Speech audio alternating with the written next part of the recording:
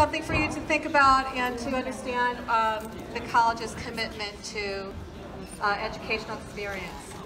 So the College of Lake County remains committed to providing opportunities for its students to engage in robust debate and dialogue about a wide range of issues, some of which may be controversial or provocative. As an institution of higher education, the college is keenly aware that freedom of thought and expression, upholding respect for differing ideas, is an integral aspect of the educational experience and society overall. The college recognizes that some members in its community confront inequality on a regular basis and may feel hurt, discouraged, or troubled by statements made during events. Please know that the college remains committed to its work in upholding diversity and equity. And in accordance with college policy, certain forms of expression and speech are not allowed. This includes physical harmful conduct, harassment, threats, intimidation, and incitement of others to imminent lawless conduct or assault. Such conduct and speech is not protected by the First Amendment and will not be tolerated by the college. That said, the college is committed to providing opportunities for all students to exercise their voice while maintaining an inclusive environment for all students. To this end, the college wishes to work in partnership with students to ensure their events continue to uphold freedom of expression with the boundaries of its values of inclusion and integrity to ensure a safe and welcoming environment for all students and employees. We encourage everyone to engage in these opportunities to learn, listen, and express their opinions.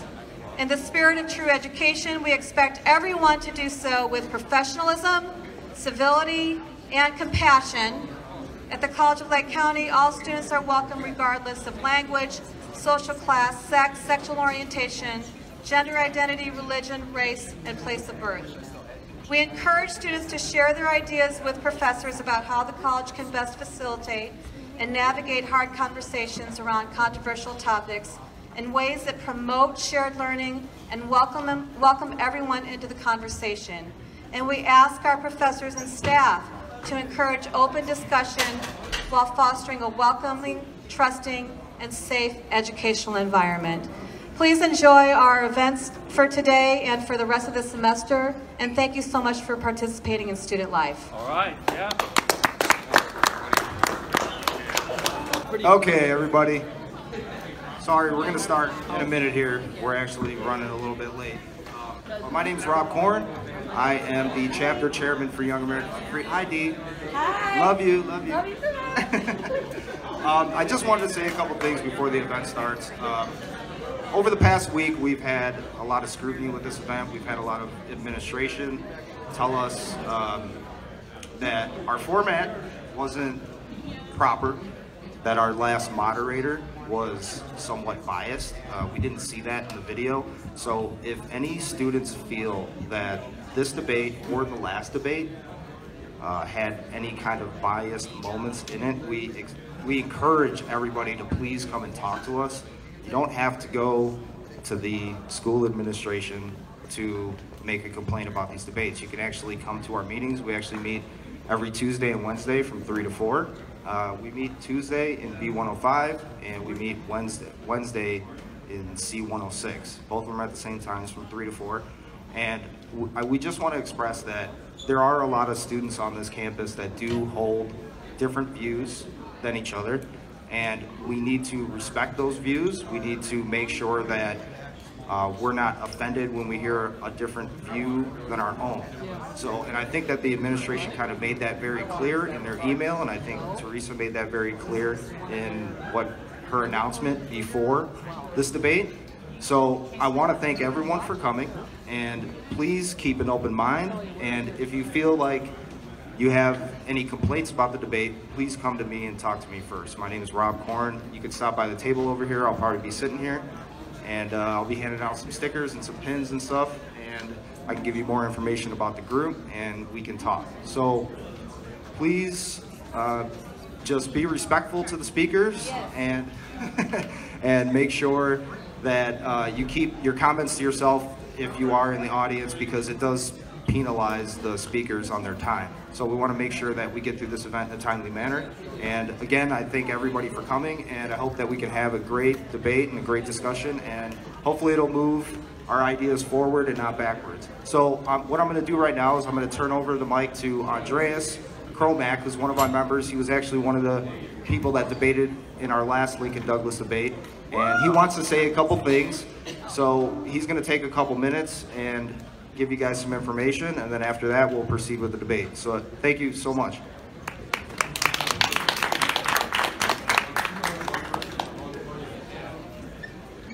All right, so my name is Andreas Kromak. Many of you guys know me. If you didn't already, you may know me from the last debate. I just wanted to say, I wanted to personally thank all of you guys for coming here. You know, it'd be a little awkward if there was nobody in the audience, so thank you for participating.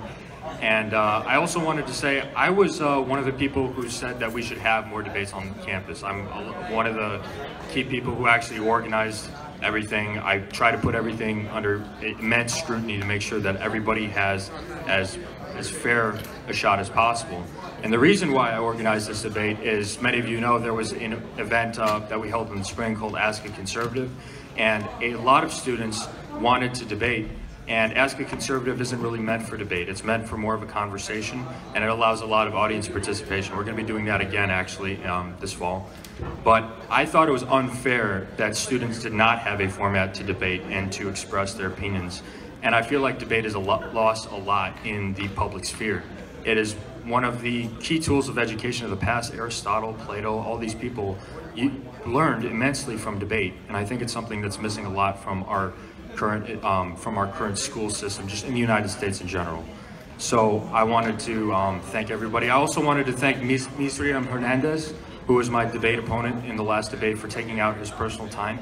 And I wanted to thank him again personally because recently what had happened was a lot of my words were taken out of context by certain people and were presented to the school administration that defended me. And I want to thank you again in the school administration for defending me. But my debate opponent also personally defended me on that. So I want to personally thank him for that. And if you guys, because this is held in a public area, if you guys hear something and you want to make sure that you got everything in context, everything's being recorded on video, you can check it out. And you can make sure that, you know, you heard what you heard. I want everybody to be able to speak, and that's why I gave people this platform. I want people with a different opinion to have the platform to speak to us and for us to learn through these events and grow through these events. So I'd also like to make a short announcement. We are having a bake sale tomorrow from 1 to 3. So feel free to stop by. We may not agree on all politics or policies, but one thing we can't agree on is how much we love lemon squares and brownies. So if you guys want to stop by, you're more than welcome. I'm going to hand things over to my moderator, and we're going to get started. Thank you.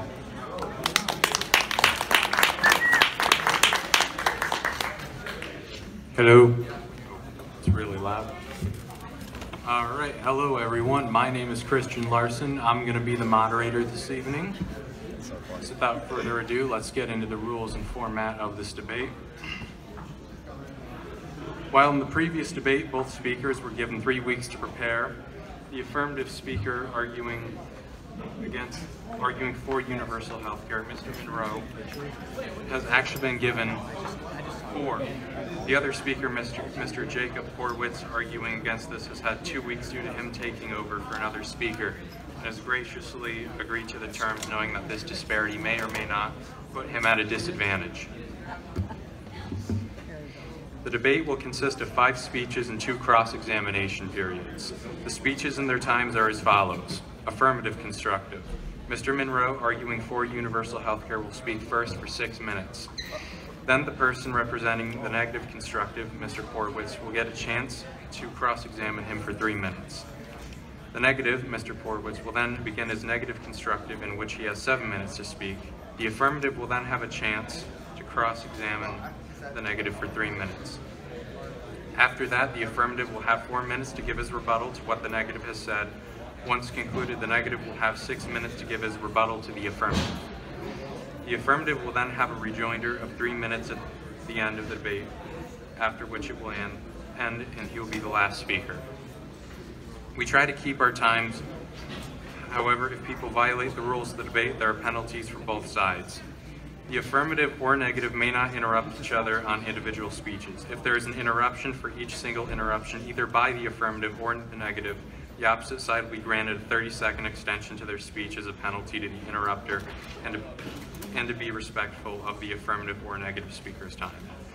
As you have noticed, this is 15 seconds higher than the previous debate, and the reason for this is because our moderator was on a very tight schedule and needed to be in class. I will still ring the bell at the same time as I would regularly, but if there are time extensions, I will ring it once and then tell the affirmative or negative. Affirmative or negative will get X amount of time additional because of X amount of additional interruptions, in which I will reset our timer and ring twice when that extension is complete. As many of you who participate in debates know, time is gold. We prefer interruptions don't happen, as this will give each side exactly the same amount of time to speak, 13 minutes each. Any disruption by anyone is highly discouraged and will be acknowledged as inconsiderate, as we are all on tight schedules. It is disrespectful to all sides who have taken time out of their busy schedules to be here. That being said, the audience may applaud if they wish to support the speakers, but keep in mind that it will cut into their time and that this may or may not be beneficial. For this reason, the audience is encouraged to please hold their applause until after the affirmative or negative time is up, as to give them a full chance to have the same amount of speaking time to keep things as fair as possible. It is my job to assure that the audience remains quiet while speakers are talking, which means that I perfectly see fit whether or not to quiet the audience, whether it is an applause or disruption is at my discretion. Also, if the speaker chooses the action to silence the moderator or be obscenely disrespectful as I am trying to enforce the rules, there will be a direct penalty with a 1-minute extension to the opposite speaker. My job as moderator is to simply enforce the rules of the debate. If I am being silenced, that means that the speaker is violating those rules, and any violation of the rules laid out, there will be consequences. If I am interrupting a speaker, it is to clarify the rules, to enforce rules, or to help the speaker who is currently presenting their case. That being said, speakers are allowed to ask the moderator how much time they have before entering into their speech. We will concur with each other when time starts to avoid any miscommunication over the starting of their times, to be fair and to have no false starts or lost times.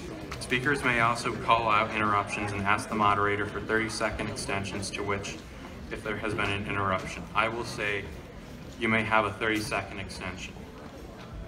During cross-examination, affirmative or negative are encouraged to ask any question they deem fit. Whoever is doing the cross-examining and asking questions is leading the interaction. The cross-examiner must give the opposite side a chance to answer each question, but also have it within their right to say that they will move on to the next question at any time, provided they have given the other side a chance to answer. If the warning bell rings, even if the speaker being cross-examined has not been given a chance to answer, the cross-examiner may move on to the next question regardless because of the time, but this privilege is only given when the bell is rung. The cross-examiner can ask 2 questions in cross-examining before the speaker has answered, only if they are directly related. Cross-examiner may give background information to go in their question as they deem fit, however. If the cross-examiner decides to make more statements than questions, it is within my discretion to remind them that they must ask questions. If the affirmative or negative being questioned do not wish to answer a question, they have every right within their discretion to say that they will not answer, provided they have a reason that they believe it is not on topic or not it is a red herring. Provided they give a reason, they are permitted not to answer a question. If they say they wish not to answer a question but do not give a reason, cross-examiner may ask the reason. If they have none, they may comment none. I will say noted, make a tally on the sheet, and the cross-examiner must move on. Neither side is forced to answer any questions they don't want to. However, if no reason is given for every question or only 2 questions are answered in the 3-minute segment, the cross-examiner, whether negative or affirmative, will be granted an extra 2 minutes to their individual closing remarks to gain back time that was wasted in respect to the cross-examiner and our audience. The person being questioned must also answer at least 3 questions during this 3-minute segment to avoid this penalty. If 3 questions are answered, then there will be no penalty. It is important that the audience notes that whichever speaker they support, it is detrimental to interrupt either side. If you disrupt a speaker you do not agree with and the other speaker cannot hear what has been said, it will be nearly impossible for him to rebut any points made. If the speaker on the opposite side sees a flaw with what is being said logically, it is beneficial for him to hear that point being made. It's hard to rebut what you can't hear, and also because because of the time, of my personal time, I'd like to ask that the audience be considerate. Speakers are encouraged to take notes during speeches and may add questions to their cross-examination. Each time before the affirmative or negative speaks, I will tell them the time they have to speak if they ask me. 1 minute before the speaker is done, I will ring this bell once. When time is expired, I will ring the bell twice. Speaker may finish his or her sentence, but if they continue too long, I will cut them off at my discretion. It should not take more than 5 seconds. Both speakers will now shake hands as the debate is started. When affirmative or negative are not speaking, they will sit down at this table. I will also be seated in this position. Once the time is expired, I will say affirmative or negative, your time is expired. Again, just to be clear, any question, affirmative or negative, asked in their time segments not designated for cross-examination should be rhetorical. Affirmative or negative should not have a back and forth except in cross-examination. If affirmative or negative asks someone a direct question on the other side while it is not cross-examination period, if the side answer, I will not consider it an interruption, but I will remind the speaker they are not in a cross-examination period. In conclusion, at the final bell, I will say time is expired. This concludes our second debate. Thank you for coming. At which the two speakers will shake hands, and this will conclude our event. Some of you do not, so many of you, this debate is about the proposal for universal health care. I hope all of you can learn something from our debaters and grow from this experience. This is a college that continually shows the value of diversity, and diversity of ideas is no different. You may hear of a view that you've never heard of, or even be pleasantly surprised to learn something that you didn't know. So we are all sincerely hope that everyone can benefit in their academic learning from this debate and grow in the dialogue and conversation. And I, for one, as well as my fellow students, are proud to be a part of that process. Now let's get things started. Debaters will now shake hands, initiating the start of the debate. Our first debater will be with Mr. William Monroe on the affirmative side. You will be the pro-universal health care side. This will be the first affirmative case for universal health care. You have 6 minutes for affirmative. When time draws near, at 5, I will ring the bell. Mr. Monroe, please present your case.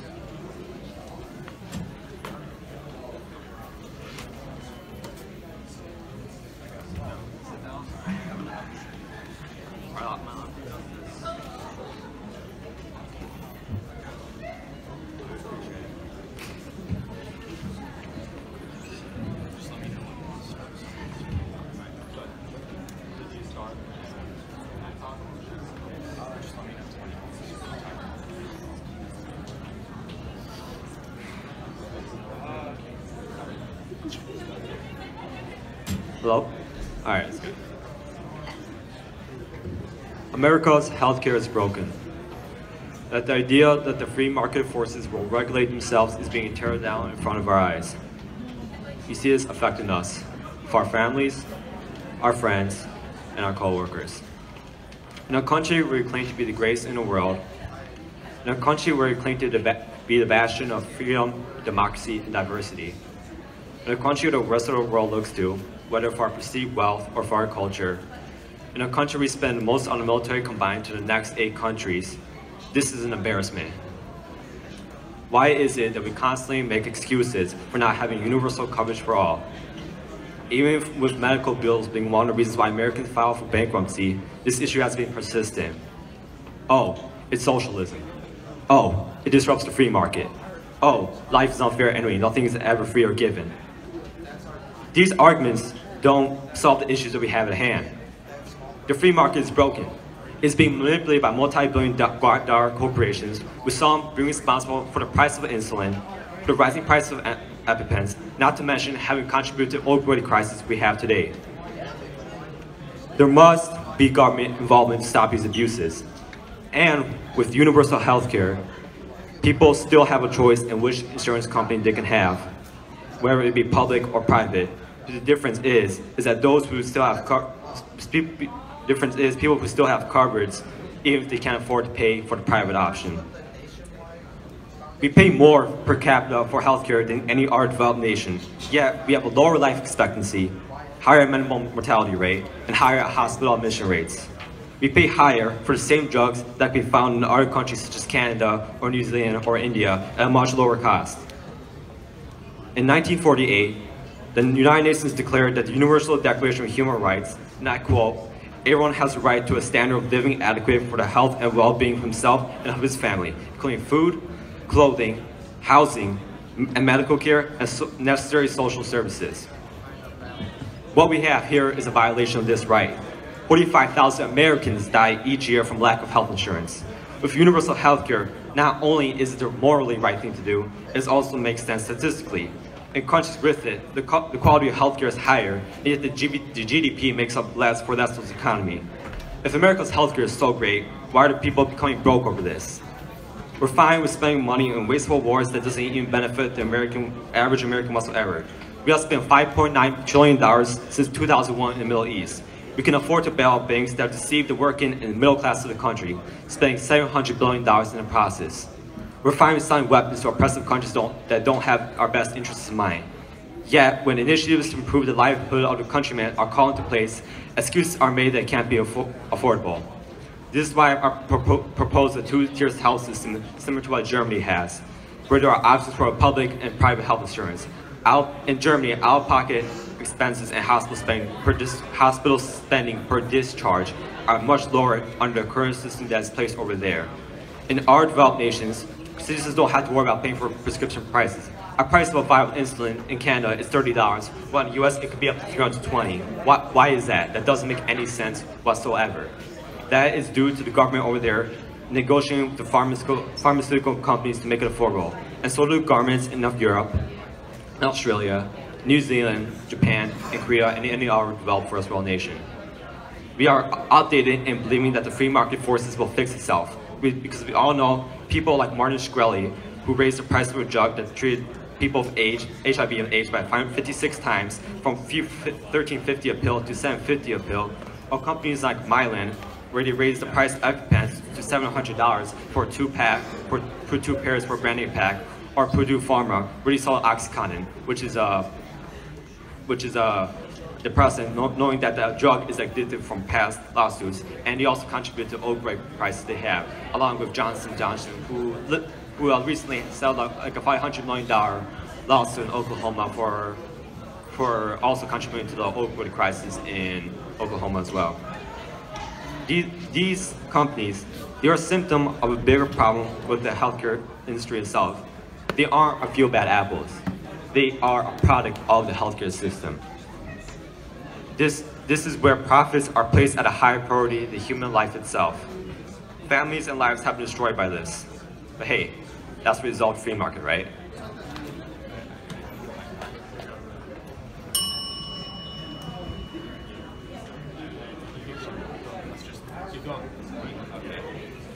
Oh, one more? What is it? No, I think that's all I have.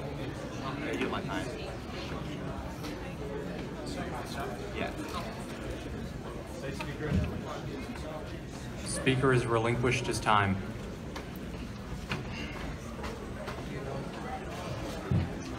All right, that concludes the affirmative construction portion of our debate. The cross-examiner will now have 3 minutes to cross-examine the affirmative constructive. Do I go up there? There's positions? Oh. Just let me know when you want them again.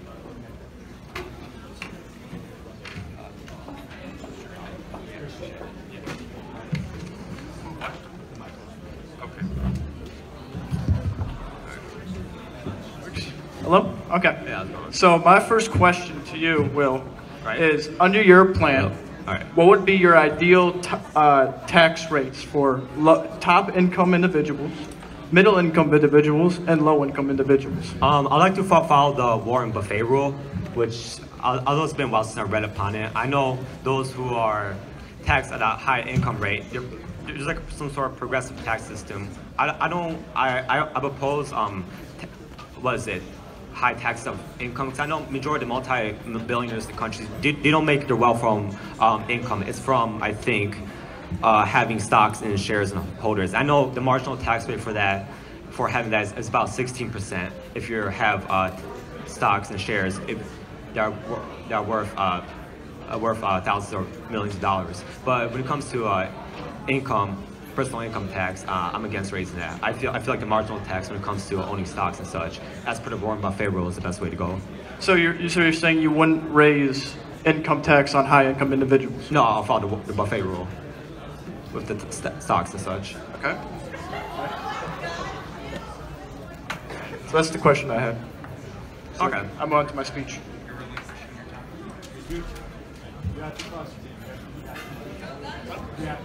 I have to? Ooh.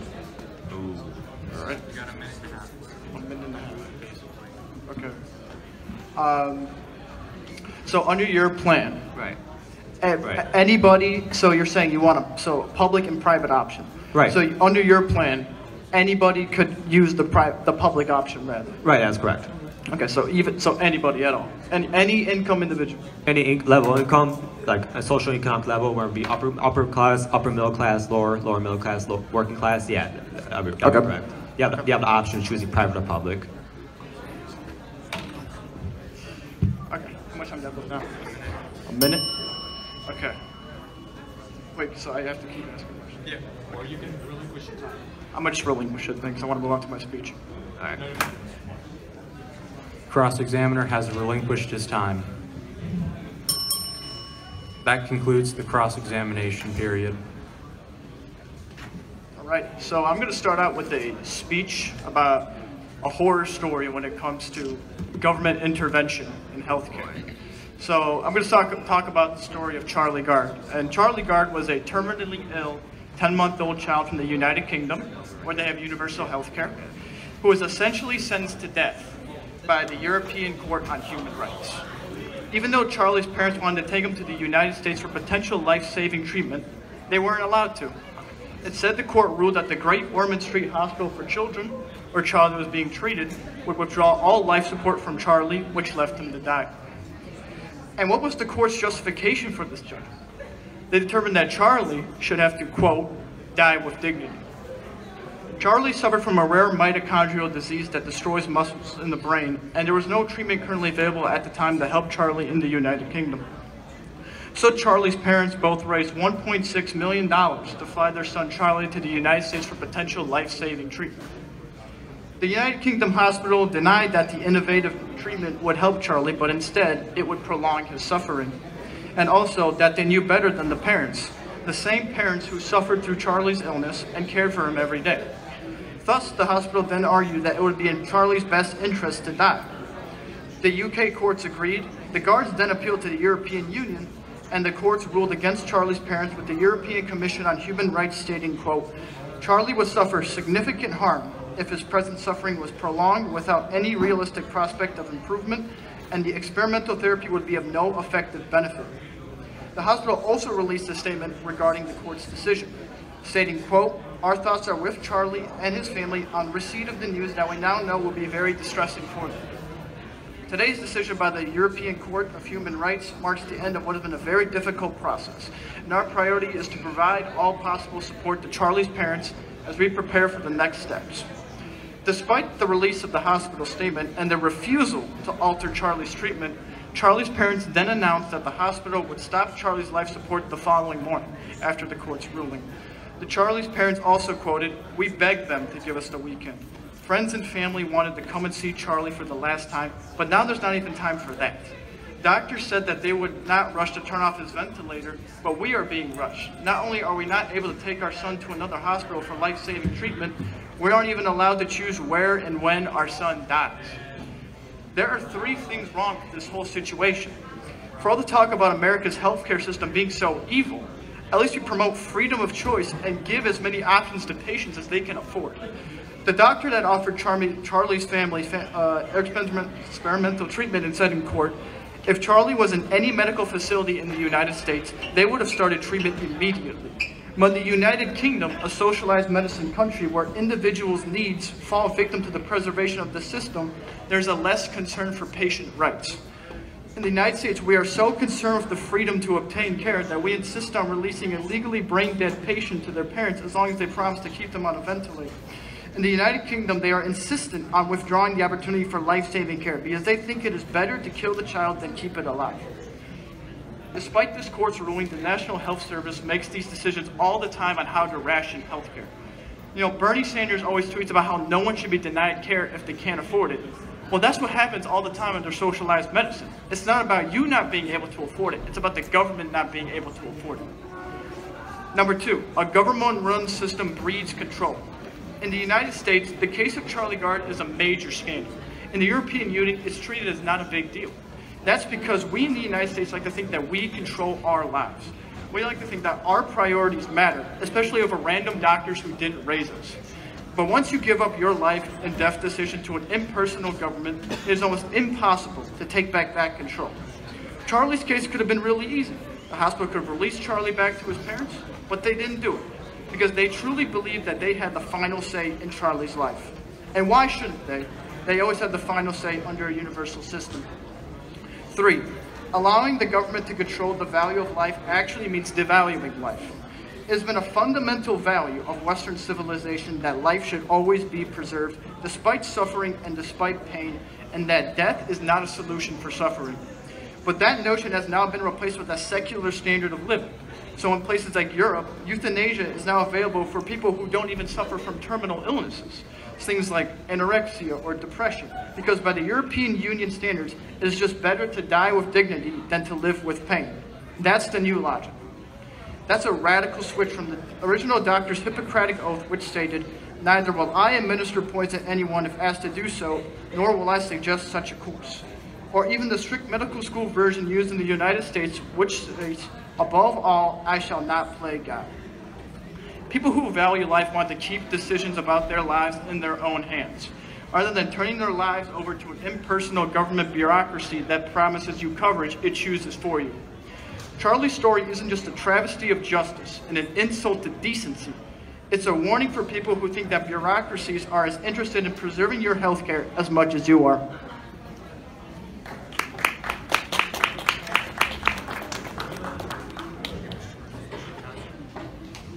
Speaker has relinquished his time. Cross-examination now begin for 3 minutes. All right. Oh, switch locations? All right.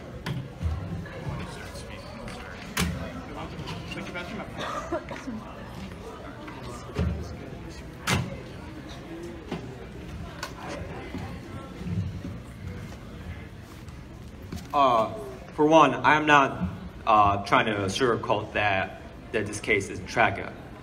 Obviously, it is. Like a family shouldn't have to be forced by the government to choose where his son can or can't get treatment.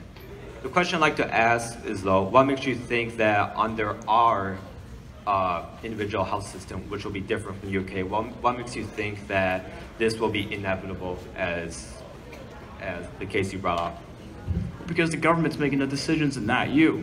See, I'm saying it in the United States, if Charlie's parents had the option, if they had healthcare in the United States, if they lived in the United States rather, right. They would have had the option to get the treatment that they needed for their son. Right, yeah. In any government-controlled healthcare system, you don't have that decision.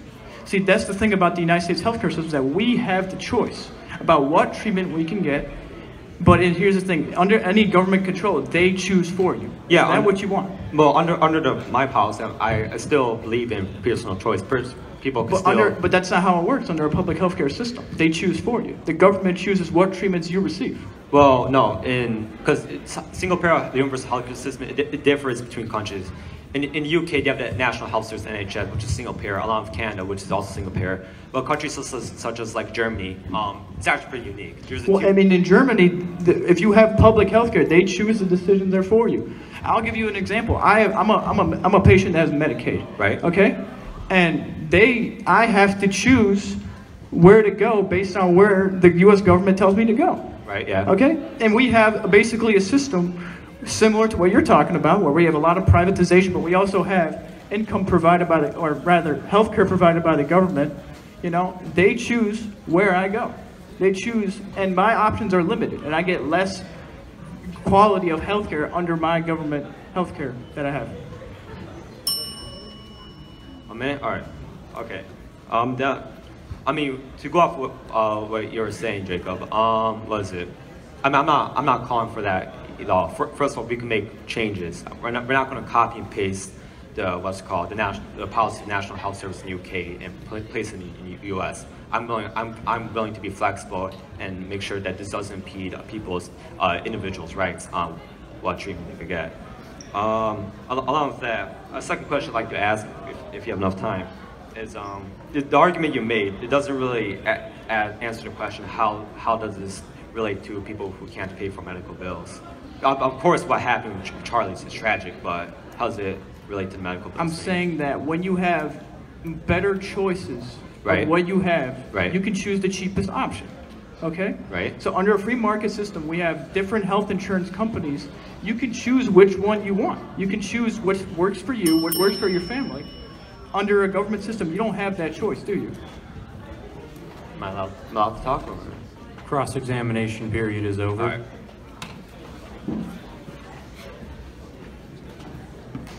Mr. Porwitz, you may now present your negative construction. You have 7 minutes.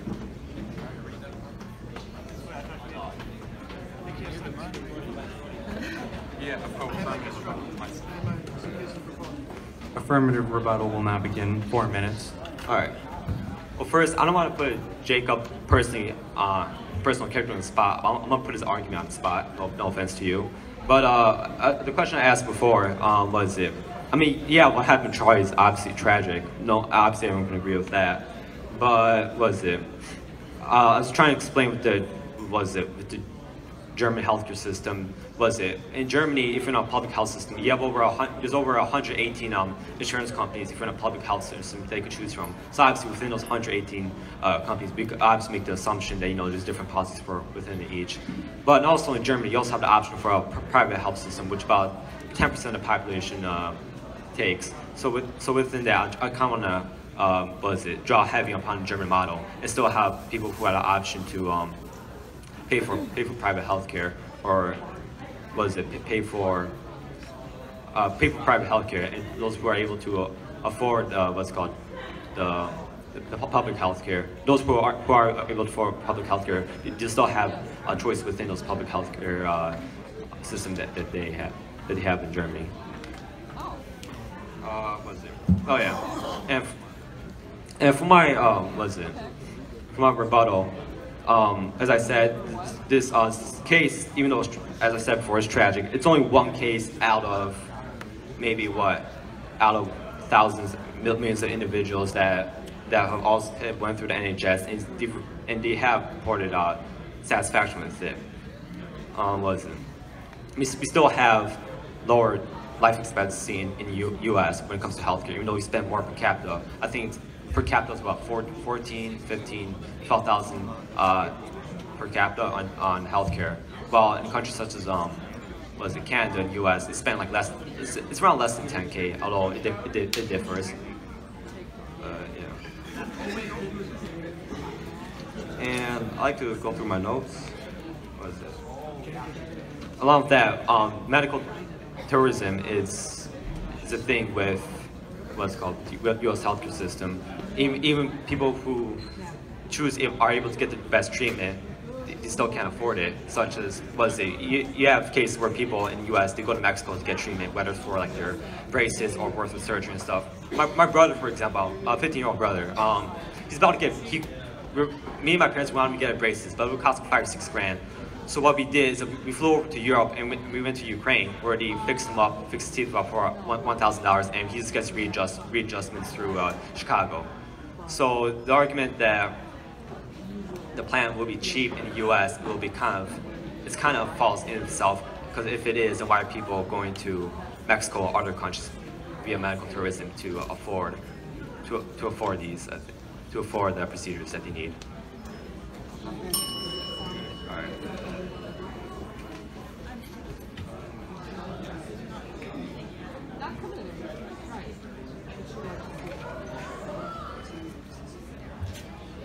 And also, but the price of healthcare wouldn't be, right now, you keep hearing numbers that it's going to cost like $30 trillion to $20 trillion, or over $10 trillion over 10 years.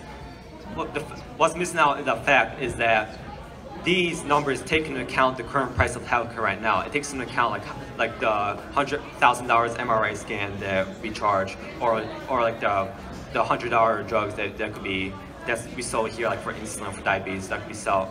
I'm like exaggerating, for like $3 or $10 like in another country. So yeah, I yield my time. Affirmative's time is now over. The negative may present his rebuttal to what the affirmative has said for 6 minutes.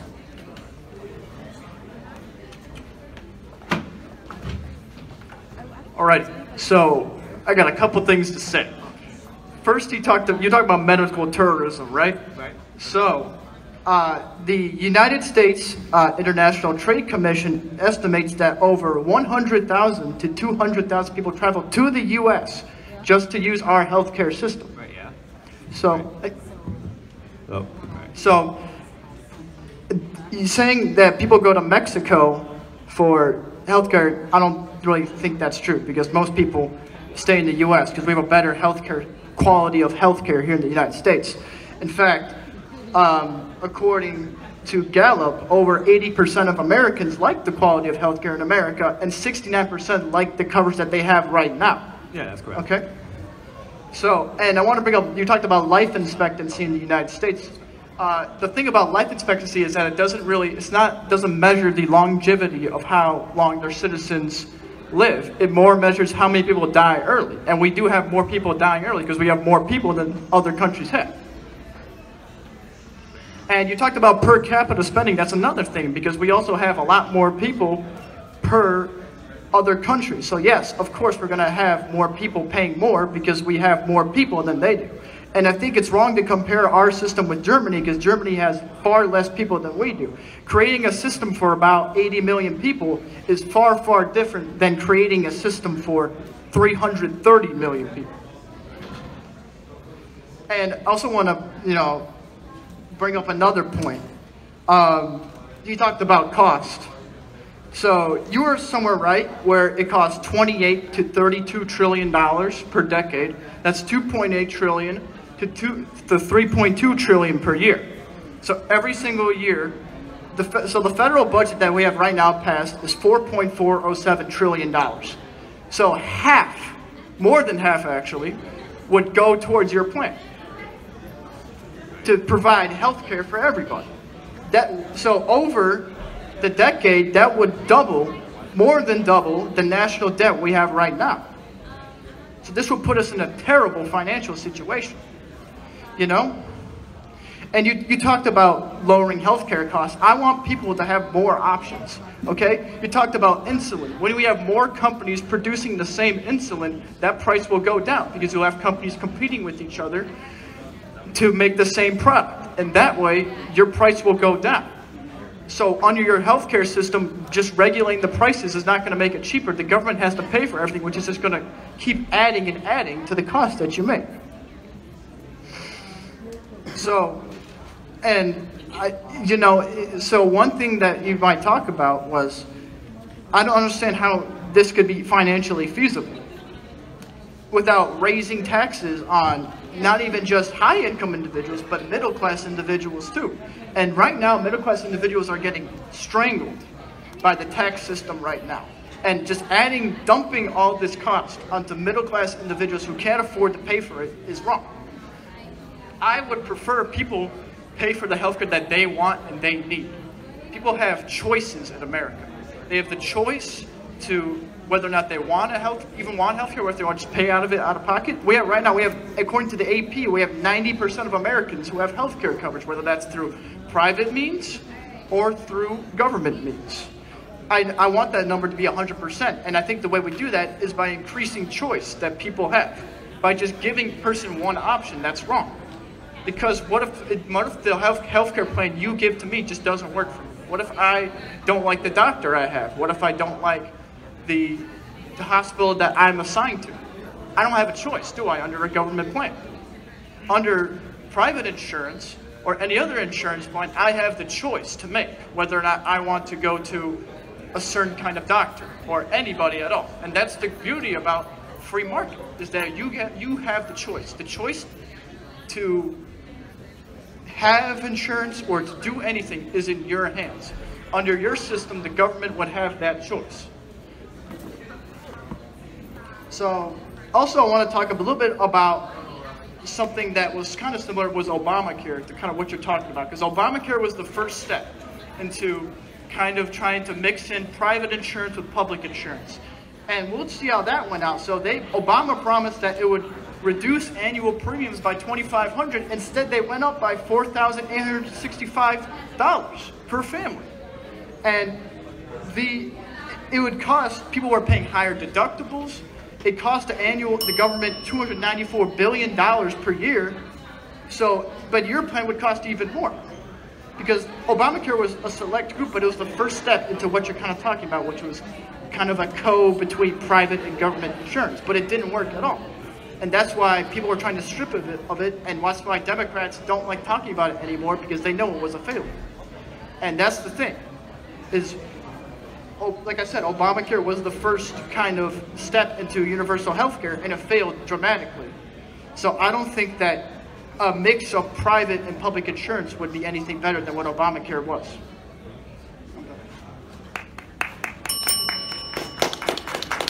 Negative has relinquished his time. The affirmative will now have a 3-minute rejoinder to speak.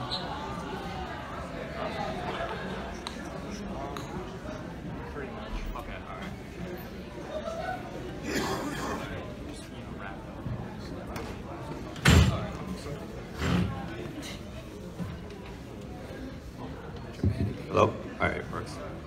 All right. To conclude, while I still have many different options of what the opinions or facts or what have you Jacob has, to put it shortly, I think we could afford universal health care. The United States still pays a lower what's called value on tax, which is about, if we look, I think about 17. It was about 17%. While for it's 8. While for other what's called OECD countries, it's about 17%. Value on tax basically goes you pay on like buying things like sales tax and such. And I feel like if we implement that as the Warren Buffett rule, and then I feel like we could have an affordable healthcare system. I mean affordable, I mean one that has that is able to cover individuals under that system, along with having people not go broke over this at all. We already are in $1 trillion of debt. I might be a pessimistic, but I don't think it's possible for us to repay that debt. So if we're going to the debt, instead of going to debt over war, over defense industry, armaments, or supporting military industrial complex, or American imperialism, or what have you, we should go into debt, something that's actually beneficial for Americans, whether it be on either left side, right side, conservative, liberal, authoritarian, libertarian. It should be beneficial for all Americans of all ages, of all races, regardless of class. So, thank you, and I yield my time. Affirmative has relinquished his time. This was the last speaking position. Therefore, that ends our debate. Yeah.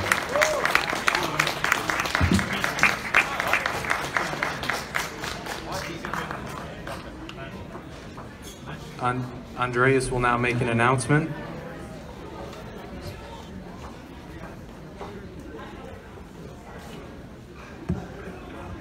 All right, that concludes our debate. I want to thank you, Mr. Monroe, for taking the time out of his busy schedule, and also Mr. Porwitz and Mr. Larson over here. And I want to encourage all of you guys to continually, get involved with the debates. We actually do have another debate about illegal immigration that my good friend in the front row, Mr. Brian Acosta, has invited me to. It will not be under the YAF name, but I will be representing YAF. And yeah, if you want to come up and say a few words, go ahead, Brian. Hey guys, my name's Brian. The reason we're having a second immigration debate, it seemed like there was a lot of people were unsatisfied. There were some rumors the moderator was impartial. I didn't think so. Just to get that out of the way, we thought we could make a part 2 to this. It's healthy debate. It's something we should be talking about, something that matters for our nation. So therefore, we'll be having it, I believe, October 16th. This isn't set in stone. but we're planning for around October 16th at around 11 through 11:30 a.m. That's the starting point, so we hope all of you can come and hear us out. So that's about it. Can we give a round of applause for our two speakers, please? Thank you, thank you. All right, this concludes our second debate. Thank you all for coming, and I appreciate all of you guys being here. You have a good day.